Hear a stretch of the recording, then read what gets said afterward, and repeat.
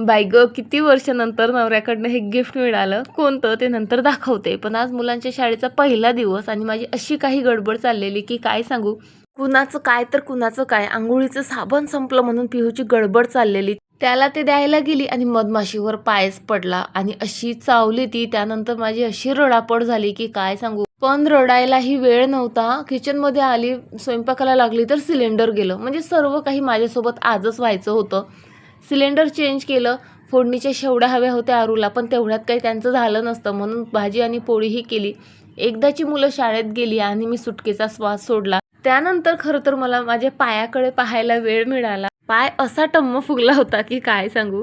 त्यानंतर मस्त फ्रेश झाले. आज हेअर वॉश केला होता म्हणून गार्डनमध्ये आले. म्हटलं थोडा वेळ घालवूया. आणि सीझन संपल्यावरही कलांचूला आणखी फुलं आहेत हे पाहून खरंच मन प्रसन्न झालं. त्यानंतर आता हे गिफ्ट काय ते दाखवते तुम्हाला. त्यासाठी खरी तर ही तयारी चाललेली. आज भरपूर दिवसानंतर पेडिक्युअर केलं. मस्त ब्राईट अशी नेलपेंट लावली, कारण हे चांदीचे पैजण मला ॲज अ गिफ्ट मिळालेत. कसे दिसत आहेत मला नक्की कमेंट करून सांगा. आणि शाळेच्या पहिल्याच दिवशी कोण अभ्यास करतं म्हणून आमची इथे रडापड चाललेली. चला बाय.